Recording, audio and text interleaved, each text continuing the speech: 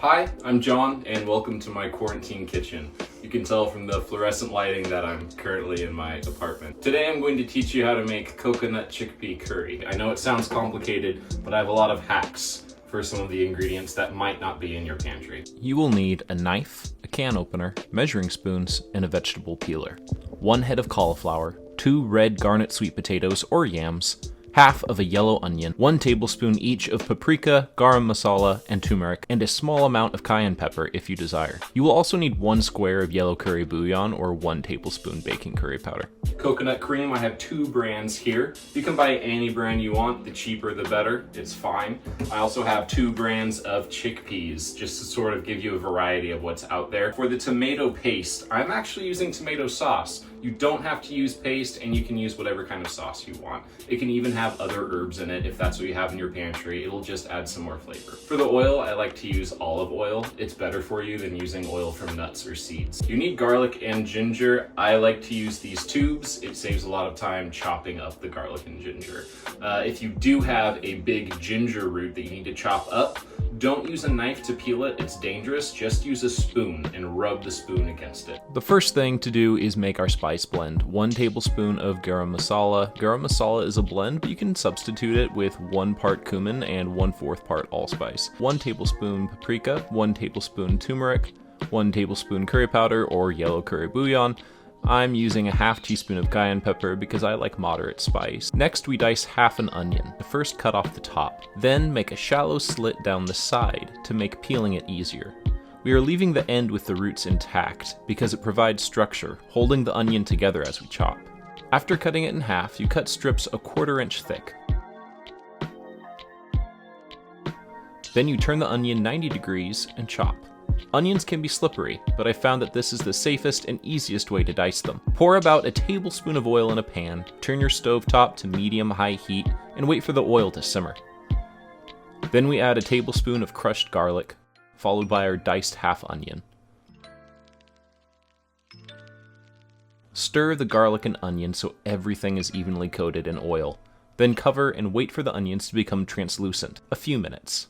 While we wait, we can open our cans. The chickpeas will be sitting in a liquid called aquafaba. You don't have to drain this, I like to leave it in.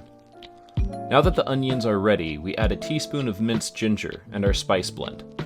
Mix so the onions are fully coated, then add your coconut milk and chickpeas. Sometimes the coconut milk will have separated in the can. It might look strange, but it's perfectly fine. I like to dump in 1 can of coconut milk and 1 can of chickpeas at a time, stirring in between. This makes mixing a little easier and smoother.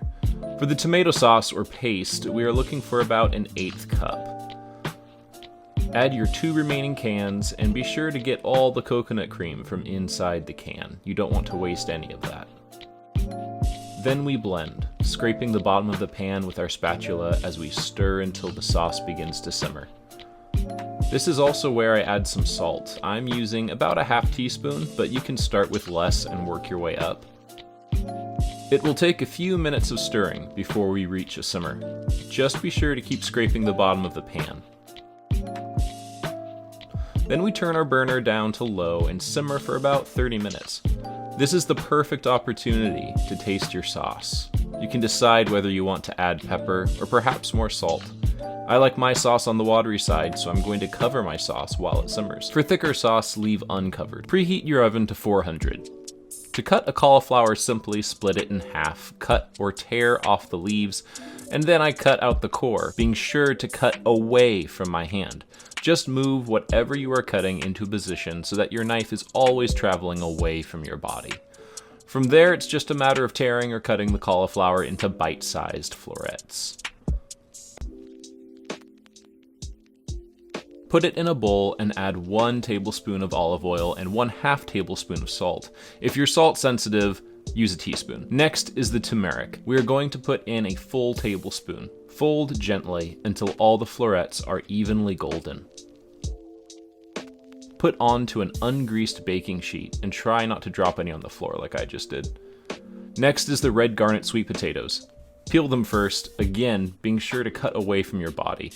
Cut them in half and cut those halves in half. This is quartering. Then cut the quarters into strips.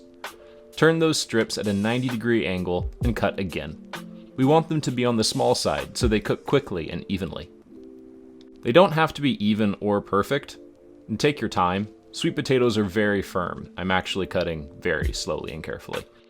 Put them in a bowl and drizzle a tablespoon of olive oil, a teaspoon of ginger, a sprinkling of garam masala or paprika or cumin.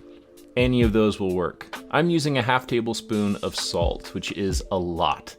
If you have salt sensitivity, use a teaspoon. Mix until all of the orange shards of sweet potatoes are sparkling with olive oil. Move them to an ungreased baking sheet, even them out, and place both trays of veggies into your oven.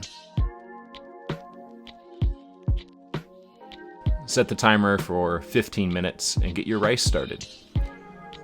For cooking rice, simply follow the directions on the back of the bag of whatever type of rice you are using, but make enough for at least 4 people. I'm going to use 1 cup of white rice and 2 cups of water. I'm going to put my burner on high and add a tablespoon of oil, then bring the rice to a boil.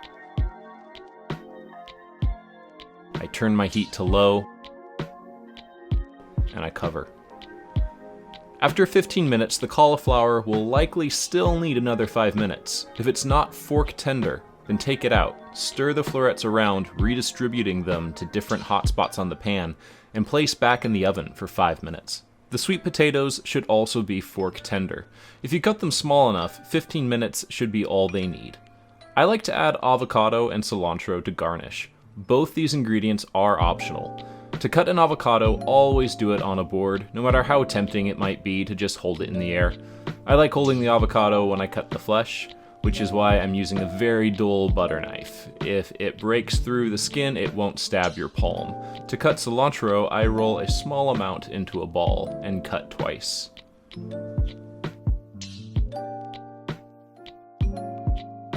Now that our cauliflower is tender, we can serve.